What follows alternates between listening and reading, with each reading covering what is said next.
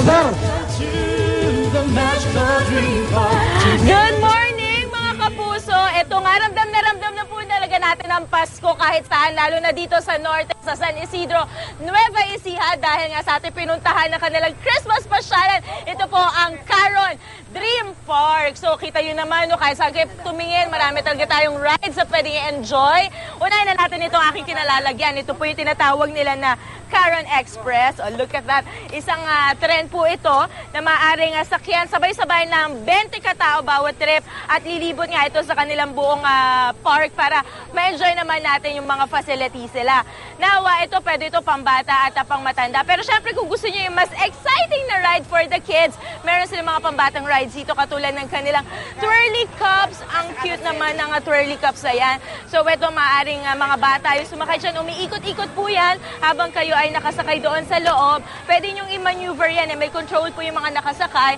Pero syempre, mas maganda kung may adult supervision po kapag sumakay ang mga bata dyan. Nabukod sa Twirly Cups, meron din the ever-favorite. Ito, meron tayo sa OVV shoot natin yan, ng kanilang carousel.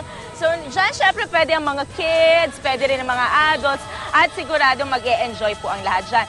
Sa mga pang-adults naman, eto na. Ito one of my favorites sa pagdating sa mga amusement park, ang kanilang bumper boat. Ang bumper boat, para itong version ng kanilang bump car. Pero, syempre, nasa tubig po dahil mga boats yung kanilang sinasakyan. At ito, isa pa sa mga, kumbaga, staple po sa bawat amusement park, ang kanilang Caron Dreamliner. Isang mataas at nakakatakot na roller coaster. Ay, nako, nakakatakot po yan. Favorite niya ni Rhea. Alam ko mahilig si Rhea sa mga roller coasters. Ayan, pang matanda po yan. Pero rest assured, safe na safe naman po yan sa lahat. At syempre, hindi mawawala si Arn. Ito, inunahan na naman ako. Ang kanilang Smash. Ang ganda. Isa ito sa mga favorite attractions dito. Ayan, ito Smash. Gumagalaw siya na pataas, pababa habang umiikot. At syempre, para mas cute, korteng aeroplano po siya. Sa mga gusto pumunta dito mga kapuso, 300 pesos po ang kanilang ride, all you can.